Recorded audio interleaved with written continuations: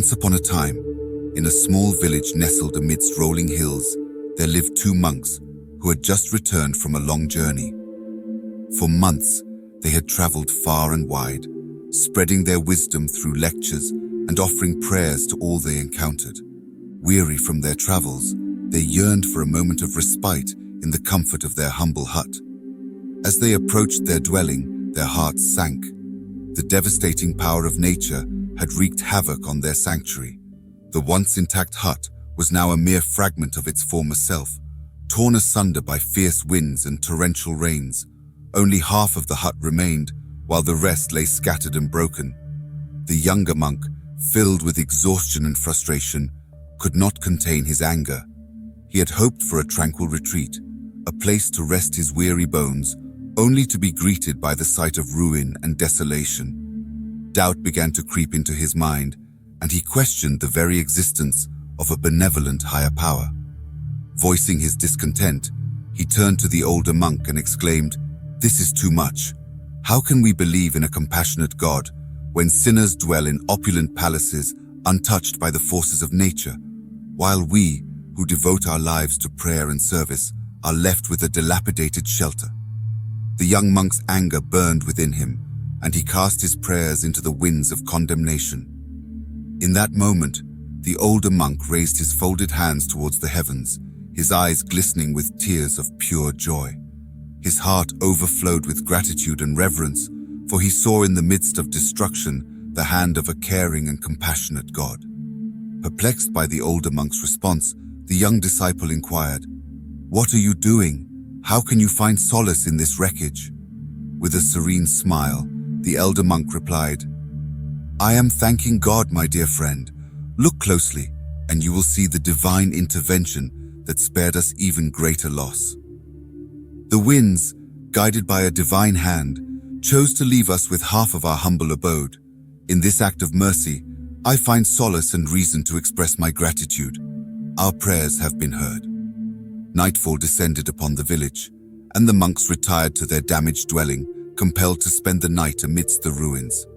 Restlessness consumed the young monk's soul as he tossed and turned, gripped by worry. Overhead, dark clouds gathered, threatening to unleash a torrential downpour.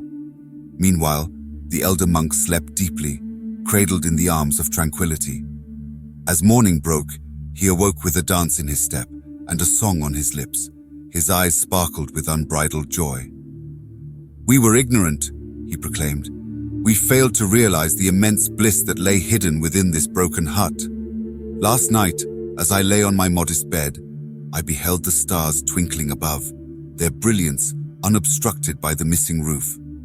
I watched as the clouds gathered, anticipating the arrival of the rain. With half the roof gone, we will now have the privilege of hearing the melodic symphony of raindrops dancing upon the earth. We have been blind to the beauty that surrounds us." The young monk, vexed by his companion's apparent madness, retorted, "This is utter nonsense. How can you find joy in such circumstances?" With serene wisdom, the elder monk replied, "My dear friend, I have delved deep into the essence of life, and I have come to understand a profound truth. That which brings us happiness, that which fills our hearts with joy, is the right direction for us. Conversely, that which causes us suffering and anguish is the wrong direction. Last night, I thanked God in my heart, and my bliss multiplied. In contrast, your anger and frustration intensified, robbing you of peace. I chose to embrace the direction that leads to greater bliss, and in doing so, I found solace amidst the ruins." The younger monk, grappling with his own discontent, could not fully comprehend the wisdom that his companion shared. He saw only chaos and destruction, unable to fathom the deeper meaning hidden within. The elder monk continued, his voice gentle yet resolute, "Life is a journey, my friend, and in this journey, we must seek the path that uplifts our spirits and nourishes our souls. It is through the pursuit of inner joy and contentment that we find our true purpose.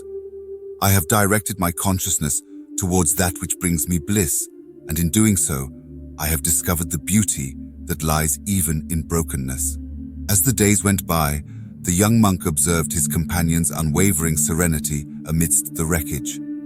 He began to realize that the elder monk's perspective held a profound truth, one that eluded him in his moments of anger and discontent. Slowly, the young monk opened his heart to the possibility of finding solace amidst the ruins. He allowed the gentle breeze to caress his face, and he listened intently to the whispers of the wind. With each passing day, the young monk's anger began to dissipate, making room for a newfound sense of peace. Together, the two monks embarked on a journey of self-discovery, embracing the beauty that surrounded them, even in the face of adversity. They reveled in the dance of the raindrops, finding solace in the symphony of nature. Each moment became a testament to the resilience of the human spirit and the boundless capacity for joy. Word of the monk's unwavering bliss spread throughout the village, captivating the hearts of those who heard their tale. People from far and wide journeyed to seek their wisdom, hoping to uncover the secret to finding contentment amidst life's trials and tribulations. The monks, now revered as sages, shared their insights with all who sought their guidance. They emphasized the importance of gratitude, reminding others to find beauty in the simplest of things. They encouraged the villagers to embrace the storms that raged within their lives, for it is through these tempests that one discovers their inner strength and resilience. The story of the two monks resonated deeply with people from all walks of life. It spoke to the universal human experience of facing adversity and seeking solace in the midst of chaos. Their tale reminded people that happiness comes not from external circumstances, but from within. The monk's message of finding joy in brokenness sparked a movement, a collective awakening to the power of perspective and gratitude. People started to view hardships as opportunities for growth, seeing every setback as a stepping stone towards personal transformation. Inspired by the monk's teachings, communities embraced a newfound sense of unity and compassion. They rallied together in times of need, supporting one another through the storms of life. The village itself flourished as people embraced a mindset that prioritized collective well-being over individual gain. The legacy of the two monks lived on for generations to come. Their story became a timeless parable passed down from parent to child, a reminder of the transformative power of gratitude and perspective. The village, once marked by ruins, blossomed into a vibrant oasis of hope and resilience.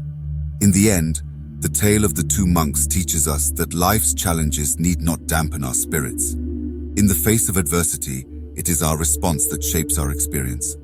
By cultivating gratitude, embracing the beauty that lies within brokenness, and directing our consciousness towards joy, we can find solace even amidst the ruins of our lives.